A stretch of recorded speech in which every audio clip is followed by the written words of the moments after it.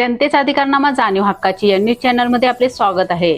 साऊ एकल महिला समिती व सुमन साळी महिला व बाल विकास संस्थेमार्फत एकल महिलांच्या मुलांना शैक्षणिक साहित्य मोफत वाटप व पुनर्विवाहाला प्रोत्साहन। सौ सुमन साळी आणि साऊ एकल महिला संस्था यांच्या संयुक्त विद्यमाने संस्थेच्या संस्थापिका कैलासवासी सुमन साळी यांच्या 5व्या स्मृती दिनानिमित्त सांगली येथे विधवा महिलांच्या मुलांना शैक्षणिक साहित्य मोफत वाटप कार्यक्रम आयोजित करण्यात आला होता।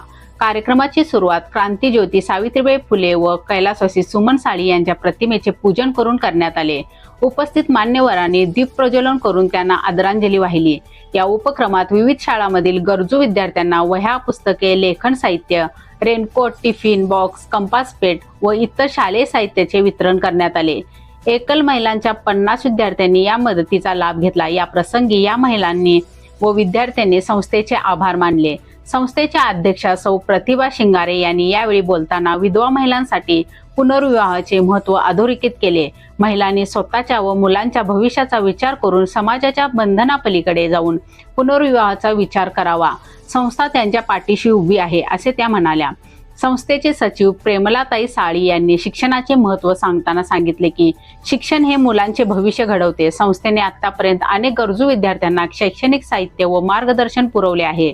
गरजू व गुणवंत विद्यार्थ्यांना इथून पुढेही शैक्षणिक साहित्य पुरवणार आहोत असे त्यांनी सांगितले।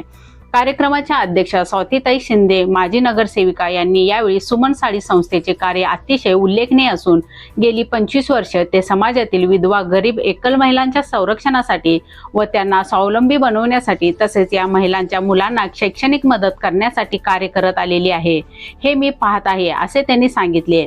या कार्यक्रमासाठी महिला व बाल कल्याणच्या पदाधिकारी रोहिणी वाघमोडे तसेच लोकधारा प्रतिष्ठानचे राष्ट्रीय अध्यक्ष माननीय प्रकाशजी पांढरपट्टे व संजय गांधी निराधार योजनेचे सदस्य हेमलता मोरे, पालक, शिक्षक, सदस्य व स्थानिक नागरिक मोठ्या संख्येने उपस्थित होते।